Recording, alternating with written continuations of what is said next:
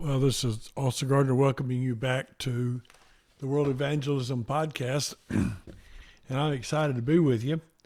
I was preparing to bring this lesson to you, and I was so excited. I wanted to talk to you about Lot Carey, a black missionary who had started out as a slave, and God greatly used him. So I began studying, and there's so many missionaries that are never mentioned, or at least I didn't hear of them. Maybe you did, but I didn't. And yet God used them in great ways. And so I was working on that, and I was back to my hero, George Lyle. And if you've heard that story, a little bit of it, I'm going to share more of it with you today. I just want to challenge you to consider, sometimes we think we have suffered a great deal carrying the gospel. But our brothers, our black brothers, our slave brothers in those days paid a price beyond anything I think we'd ever acknowledge. So I may spend just a little bit of time and just blow my whole schedule for what I want to do on the podcast with you. So I want to share with you some things today. The first identifiable black church in America is the Silver Bluff Church in Aiken County, South Carolina. It's founded somewhere around 1773 to 1775 by a guy named George Lyle, my hero, the guy I look up to so much. This is the first church of Negro Baptists, as far as they can prove with any authentic writings, anything that's trustworthy from back then. Now, they're not the first believers, but the first ones that organize themselves into a church or are allowed to. There are other black people that were members of other churches, white churches, but these formed the first church. And so it's considered the first and the oldest church in the United States of America. And a man named Galpin was a British man who owned these slaves and had a large settlement, they call it, and what I'm reading here, the notes that I've come from, were similar to a plantation, but this man was willing to love and help people, and so he helped them get started. I want to tell you a little bit of that story. Now, Silver Bluff was on the Savannah River between South Carolina and Georgia. It's 12 miles from Augusta, and it's in Aiken County. And so the area is famous because this one man the town has disappeared, Silver Bluff. Now, David George, who will go on to become somebody great and famous in the work of God, was one of the first members of the church that's there in Silver Bluff, and he will later become their pastor. But what I really enjoy reading, there's just two or three things I really enjoy reading. Number one, I enjoy reading about brave, valiant men who, though they were slaves and suffering, were willing to pay the price to be pastors and men of God and to reach souls and to win people. But then I value very much people like Galpin, who was willing to be a donor, who was willing to open the doors and assist. He might not have been called, and it might not have been his ministry, but he financed that ministry unselfishly. He didn't try to take advantage of the preachers. He didn't try. It was at great expense to himself in a selfish sense of the word. And then there was Pastor Palmer. He pastored a little ways off from Silver Bluff, and he came and preached to a large congregation of Mr. Galpin's place. And then he begged the master, Mr. Galpin, and he told Brother Lyle, I want y'all to beg for us to have an opportunity to come and preach to you.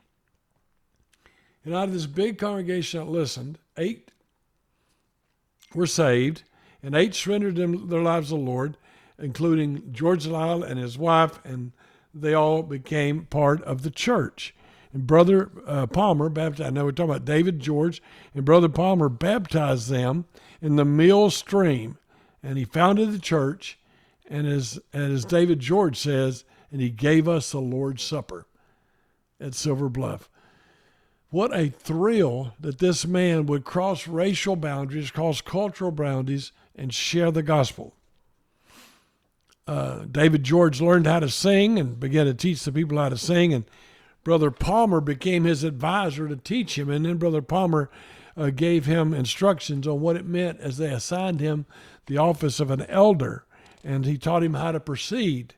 And it was pretty hard to be in the ministry back then because the people who owned slaves were very much afraid of this. And so they didn't want white people to come preach amongst them, and they didn't want the black people to. But Brother Palmer taught and trained David George and helped him. The church reached an attendance of 30 or more before the city fell, before all that went down with the war. The church had been under the charge of Brother Palmer and George Lyle. Now David George was going to take up that charge. And I'll probably mention this to you again because, just to be honest with you, I'm just full up with loving these people and loving what God's doing. George Lyle paid $850, which is about $22,000 in our time, to get he and a couple of his family members their freedom. Working as a slave and preaching and doing everything else he had to do, he was so industrious and he saved his money so well that he was able to buy their freedom. And now that he's a free man, he is no longer welcome at Silver Bluff. Not by Brother Galpin. Brother Galpin wasn't that kind of man, but it was because of all the other slave owners were like, wait a minute, if our slaves find out he got his freedom, they might get their freedom.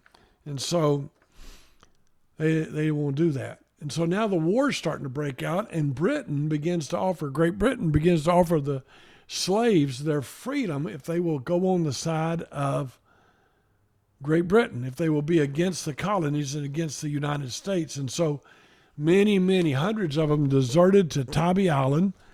It got down to the point that the president of Council of Safety from Charleston, South Carolina, wrote a letter and said, if the Negroes desert and you can't catch them, they should be shot.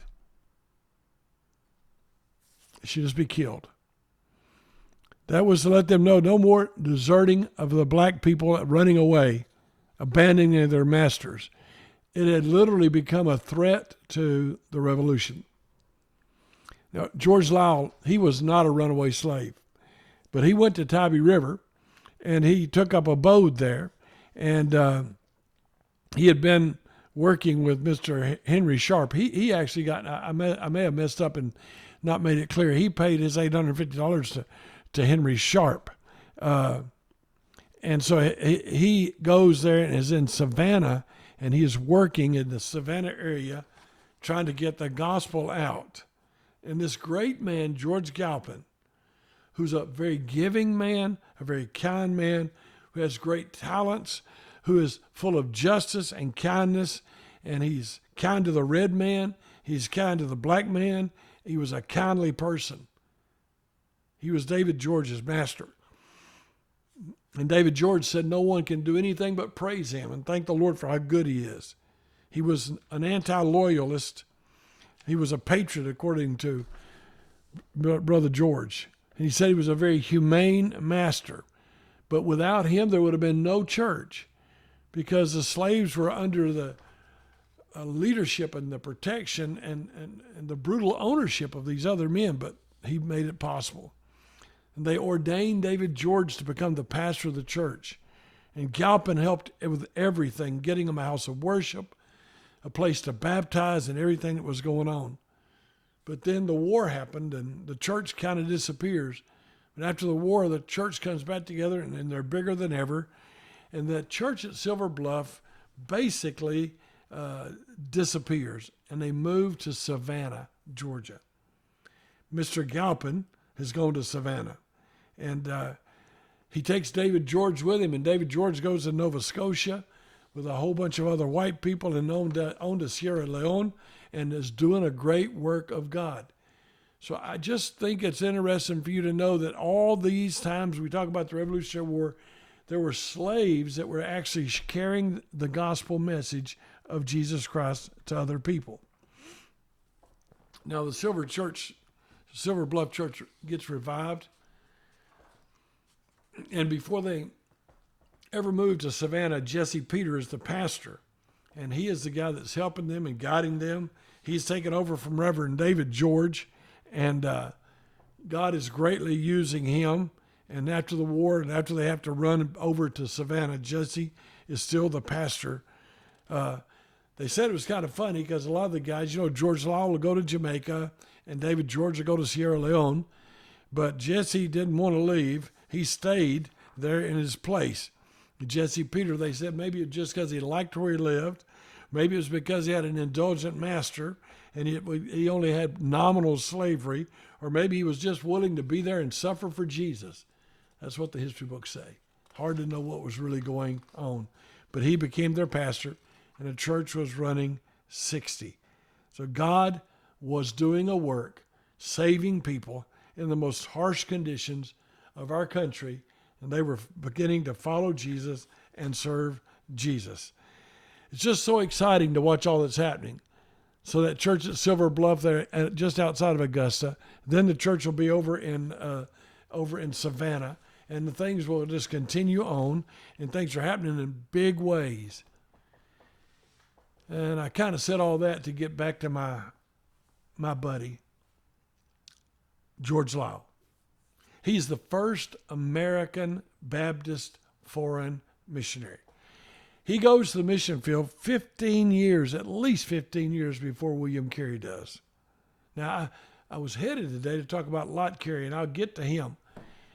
And I know that I'm supposed to be talking to you about a book, and I just am so full of how God used these men, and I think it can teach us so much. Those of us that have a little money ought to be giving and not selfish, and let other people do the work and help them do the work. And those of us have a little more knowledge and maybe come from the more cultured side ought to be teaching and training like the preacher did. And those of us that are nationals ought to be paying the price. Everybody ought to be going against the social norms to get the gospel out. George Law, I love how they put it in this history book about him. Handicapped by the chains of human slavery, hampered by law-enforced ignorance, incurring penalties of being a Negro, rose above all those degrading circumstances and became a chief factor in the human salvation of Jamaica. That's where God's going to take him to start a church. When he first gets to Jamaica, he preaches at the horse racetracks.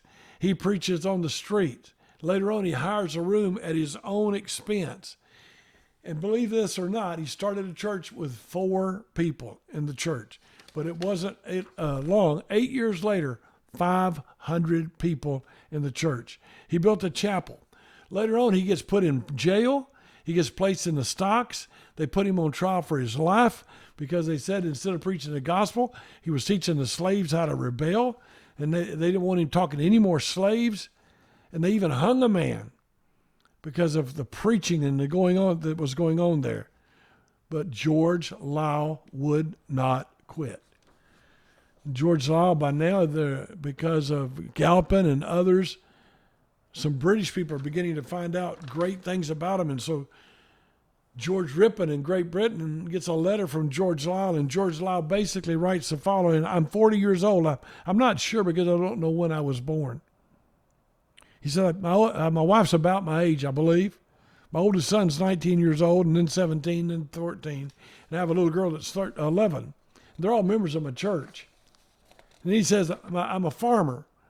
But, sometimes farming seasons aren't the best. So I have a team of horses and a wagon so I can truck goods back and forth for people. I do the best I can to keep a good testimony. I only have a few good books by some good authors and a few sermons and one large Bible that a gentleman gave me. I'm so thankful to have a few books to read on Sundays and others days. There's no other Baptist church in all of our land but ours. He built a church building. It was 57 feet long and 37 feet wide. He got the walls up to 8 feet high. He told George Ripon, he said, you know what? I have tried my best to set a good example of hard work and paying my bills and doing the things I'm supposed to do as a preacher and as a man of God to all of our people here. But I'll be honest with you, I can't keep everything up. I can't do it all. He said, we've read your letter. Everything you write to us, Brother Rippon, it's read in our church. And we are so blessed and so excited to see what God has done. I'd just like to take maybe the next 5 minutes and just really kind of go over some other things. I don't know how much you know about what they suffered. I know you see TV shows about slavery and there was definitely abuse and things were bad. But do you know that many of them suffered that way because they were preachers? Because they were men of God? Andrew Bryan and his brother Samson, who got saved about a year after him, were imprisoned 2 times. 50 others got put in jail with him. He was severely whipped, inhumanely cut, bled abundantly under all the lashes. And as they whipped him, he said he would freely suffer for the cause of Jesus Christ. They tried to say that it was because he was trying to cause rebellion among the black people, but that wasn't the case at all. All they wanted to do was share the gospel of Jesus Christ and tell people they could be saved. They called these churches that the black guys had colored churches because no white people would go there. And I might pause just a moment to say what a crying shame that is, that our brothers were ignored and pressed over to the side, beaten, abused, mistreated, worked 12 hours days, 6 or 7 days a week, 18-hour days, still studied their Bibles, and still preached to get the gospel message of Jesus Christ out. I just want you to know, you hear a lot of hero stories about William Carey, and you hear a lot of hero stories about Adoniram Judson and other white guys. I'm white, and I'm not woke, but I tell you what, it is amazing to me when I consider all that my brothers and sisters went through for the cause of Jesus Christ. I am thrilled beyond measure when I think about what happened for them. I want to challenge you to get a hold of the books that you can read. If you have Logos Bible Program, you can get a hold of them there in Logos. You need to look up books about black heroes. You need to look up books that tell you about what our brothers and sisters did. I think that maybe, just maybe, these black men, Andrew Byram and George Lau, we may all take a back seat to them. Our greatest heroes may take a back seat to them. Our guys went with money and education and support and respect. I know they got mistreated by the enemy, but these people got mistreated by their brothers, the white Christian leaders in their day. So I come to the thought where I just want to challenge you that maybe we need to stop being so easily discouraged and so quick to run away from doing the work of God. Maybe we should look at things and say, others have paid a tremendous price, and I'll pay a price too. I understand George Lau bought his freedom and then sold himself back into slavery, indentured servanthood, which is another form of slavery, so he could get to Jamaica and get out of America where he wouldn't be put back into slavery. I just question it every time I hear it. I haven't suffered anything for the cause. Things have happened in my life, but the truth of the matter is these people were abused and mistreated beyond anything we could ever dream of. And now I believe that there are other people, maybe of other races in other parts of the world, and speaking other languages, that are doing a great job in suffering for Jesus. There are Christians probably in Nigeria, in China, and India that pay a price we've never dreamed of paying. I have a pastor friend in Mexico who was making about, 6,000 American dollars a month in Mexican money, pesos. and he was fired because he loved Jesus. And he said, that's all right, I'll pastor a church where they pay him about $200 a month. All I can say, brethren, is there's a world to be reached with the gospel. I'm so excited about our heroes. I may have really blown it. This podcast may not be, I just got too excited studying. I got to hearing about my brothers and got excited about who they are. And so I hope that you'll enjoy it and share it. This is the World Evangelism Podcast. I am so honored to be your host. I just want to inspire you for world evangelism, and I want to empower you that you could do all that God has called you to do. God has big plans for you, big plans for you, and there's no reason you shouldn't reach out and take them. Surrender to be who God wants you to be, and be willing to pay a price. And I know there'll be discouragements, and I know people will go back on you, but it's okay. We have not yet resisted unto blood, though I know some who have, or I don't know them, but I've read about them. God bless each of you. Thank you for listening. I'll see you soon.